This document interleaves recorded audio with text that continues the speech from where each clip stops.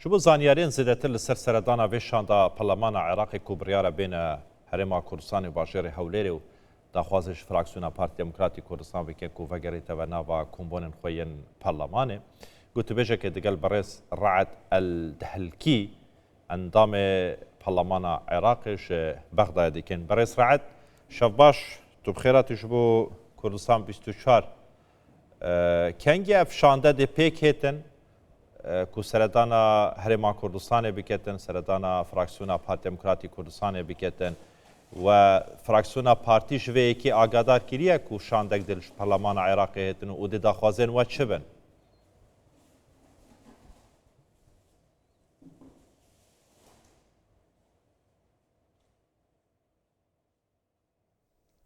تحية وتقدير واحترام. سڵاوێکی گەرم ڕێز و پێزانینمان بۆ ئێوە هەیە و بۆ کارمەندانی کوردستان 24 و بینەرە بەڕێزەکانی ئەو کەناڵە بەڕێزە بەدڵنیاییەوە شوێن و پێگەی پارتی دیموکراتی کوردستان زۆر گەورەیە لە پرۆسەی سیاسی و یەکێکە لە دامەزرێنەرانی پرۆسەی سیاسی لە دوای 2003 و هەروە پێگە کۆمەڵایەتیەکەی و کاریگەری و هەژمون و قورسایی سیاسیەکەی بەشدار بووە لە بنیاتنان و بەشداری نەکردنی لە ئەنجومەنی نوێنەران کەم و کوڕیەکی گەورە دەردەخات چونکە کوتلەیەکی گەورە بەشدار نابێ کە مێژوویەکی دێرینی هەیە لە سیاست و لە خەبات و لە ڕاستیدا ئەمە ڕابردوو ئێستای پرۆسەی سیاسیشە بۆیە لەم دەستپێکەوە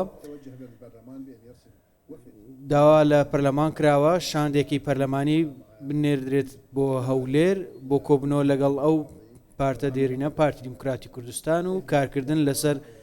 هێورکردنەوەی دۆخەکە و دروستکردنەوەی کەش و هەوای کەشێکی گونجاو بۆ گەڕانەوەی پەرلەمانتارە بە ڕێزەکان کە ڕێزێکی زۆریان هەیە لە بەغدا و لە پەرلەمان و لەگەڵ هاوکارانیان لە پەرلەمان بە دڵنیاییشەوە داواکاریەکانیان ڕەوایە لەوانەیە ناکۆکی لە پرۆسەی سیاسی هەبێ بەڵام هیواخوازی نەگاتە ئاستی بایکۆتکردن و بەشداری نەکردن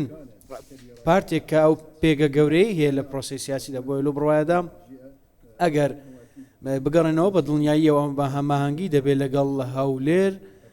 ئەم پەرلەمانەی عێراقیش ڕژدە لەسەر بەشداریکردنی ئەو کوتلە گەورەیە کە پێگەیەکی گەورەشی هەیە بەو ئاراستەیە کاردەکە ئێمە پشتیوانی لەو هەنگاوە بەرزەی پەرلەمان دەکەین هیواخوازین برایان پەرلەمانتارانی پارتی دیموکراتی کوردستان بگەڕێنەوە متمانەیەکی زۆرمان پێیان هەیە لەو دۆخە تێبگەن و ناکۆکی سیاسی نەگاتە دەرەنجام ئێمەش ڕەتی دەکەینەوە ڕێچکەی کارەکان بەو ئاراستەیەدا بڕوە چونکە بەهۆی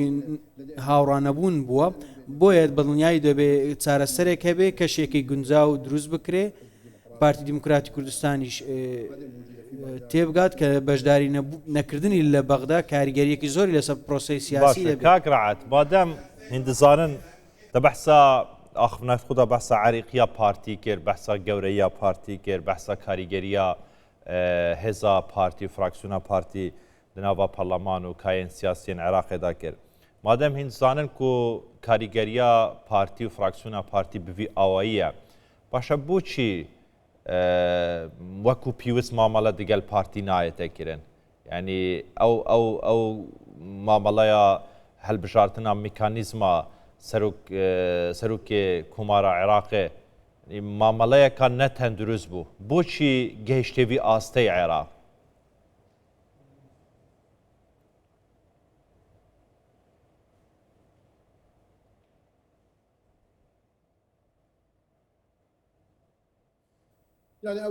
پێشەم شتێک من گوتم وەک ئەندامێکی پەرلەمانی عێراق قسە دەکەم من نوێنەرایەتی هاوپەیمانی عەزم دەکەم کە هاوپەیمانە و هاوپەیمانێکی سەرەکی پارتی دیموکراتی کوردستانە ئێمەش وەک هاوپەیمانی عەزم ڕەتمان کردەوە بەشداری لەو دانیشتنە بکەین چونکە لێک تێگەیشتن نەبووە لەگەڵ پارتی دیموکراتی کوردستان ئێمەش لە دەنگدان بەشداریمان نەکرد من خۆشم بەشداریم نەکرد دەنگم نەدات چونکە ئێمە هاوپەیمانین ئەمە سەبارەت بە هاوپەیمانی عەزم و خۆشم سەبارەت بە پەرلەمانتارانی دیکە ئێمە گوتمان ڕەتی دەکەینەوە قۆڵ یەکدی بشکێنینەوە و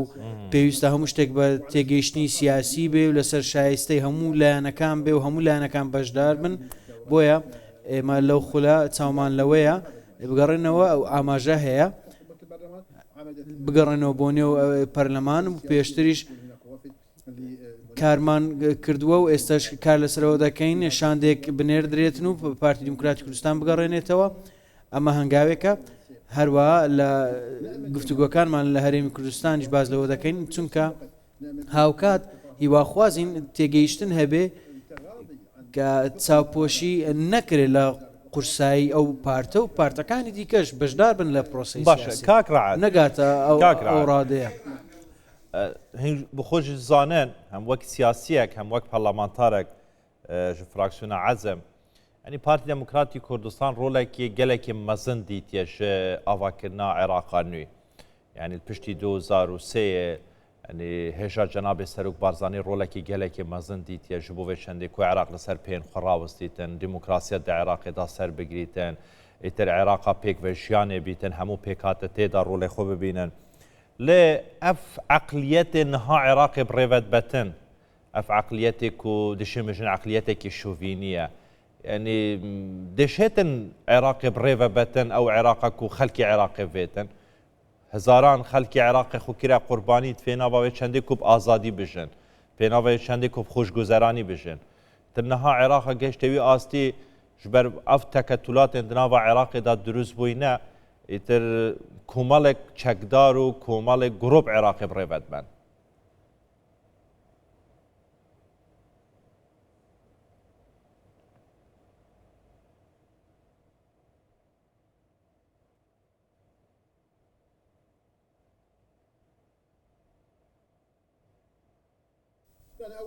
پێش هەموو شتێک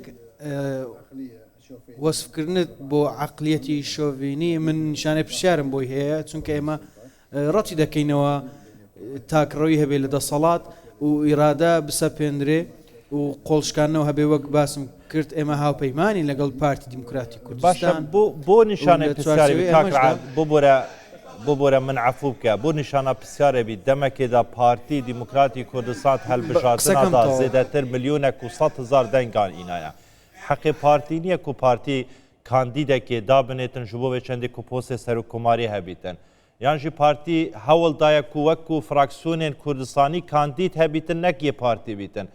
lê fraksiyonên nava parlamenî da ji bo vê çendê ku axivna partî neşte serê îtir ev karek ev mîkanîzmek ku partî îtir ev ro baykûta helbijatinan biketin ma ev eqliyete neşovîniye